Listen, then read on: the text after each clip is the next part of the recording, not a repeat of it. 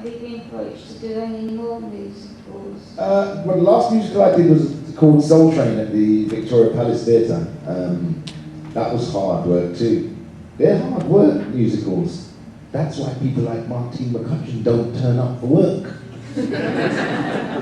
Yeah?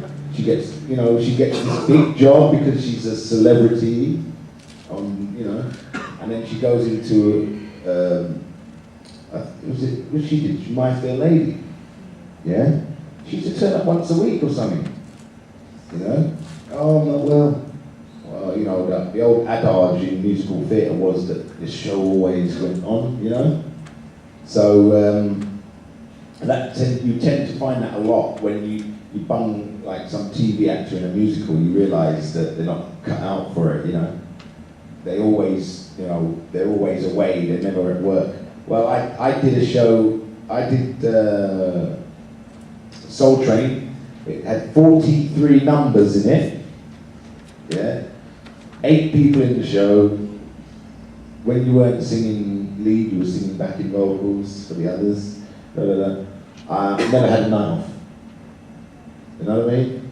Yeah. 8 shows a week. I came to see you in that one. You came to see that? Did you see me sweating? See Soul Train. Yeah. Brought me down.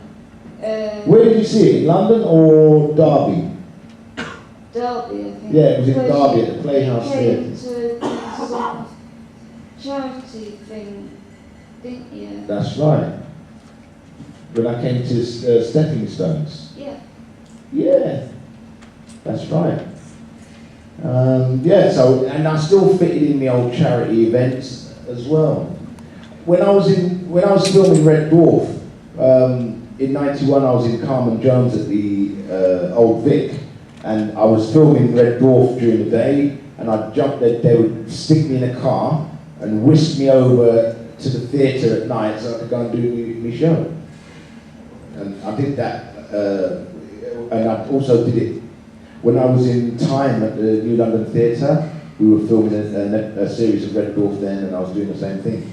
So I used to do that all the time, and it was just, you've either got it or you ain't.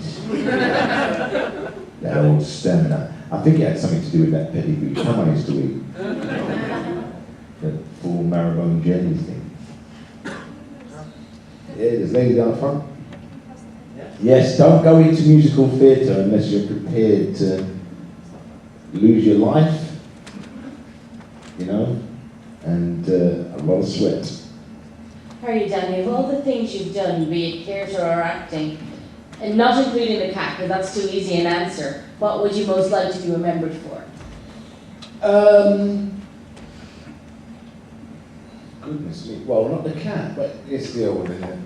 That's difficult, isn't it? Because a lot of people seem to, that tends to come up in conversation all the time. The cat, and people sort of,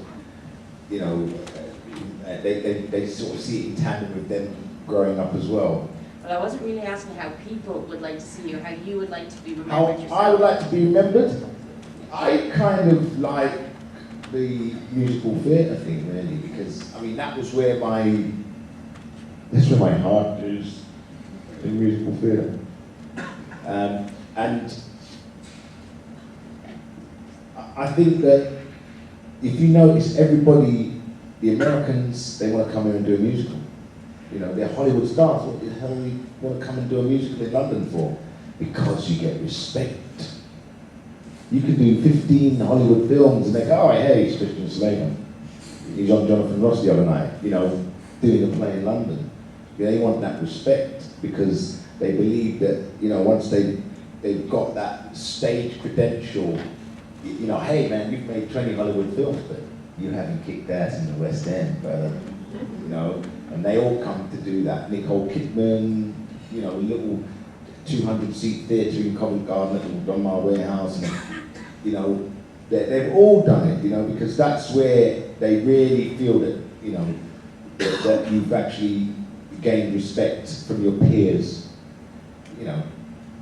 As long as there's a limousine picking you up, an assistant going over your lines with you, get to work, do 2 scenes a day, anyone could do that. It's true. I've been there, I've seen the Hollywood film the way they do it, man. And, you know, I was like, most of the time when I was doing Blade 2, I was like, oh, right, okay, what do we do today? I've got 3 days off. Maybe go down and see the sights again. You know, it's like, it's pretty boring. But, you know, as long as you're ready when it's time to film, that's it, you know. But, you know, they're all whinging for nothing, really. All that diva stuff is, you know, they've got an easy life, those people, I'm telling you. Unless, you know, like, unless you're those sort of action and adventure guys, you have to go and rehearse your fight scenes and, you know, your stunts and all that kind of stuff. But pretty much it's pretty easy. Now, as I said, doing 8 shows a week is another story, you know. So I think I'd like to be remembered for turning up every day, you know, and always trying to get better. And that's basically what I did. Just try to improve all the time, whether it be the singing or the dancing. When television came along, I said, shit, man, where's this been? But unlike other shows, we worked our asses off on Red Dwarf. You know, we were always getting blown up and thrown around the place, and you know, it would be like, you know, you stick a trampette in front of Craig and some pyrotechnics. He can't. He's like a pig in sugar. You know, and we couldn't wait to get blown up. You know, okay, blow us up again. You know, and at one time they did blow us up. You know, we was doing this thing where it was in Starbuck and they had these things, these big air things, and they stuffed them with all this rubbish, and it boom, and it just like explosion. So we were supposed to look that way on one count, and then it would blow that way, and then look this way, and the other one would blow that way. Well, the wires were crossed.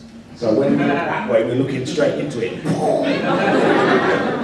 Yeah, so I got like hit in the face. All Robert's mask was peppered with all this junk. It was really funny. Yeah, that's a true story. Okay, ready, look.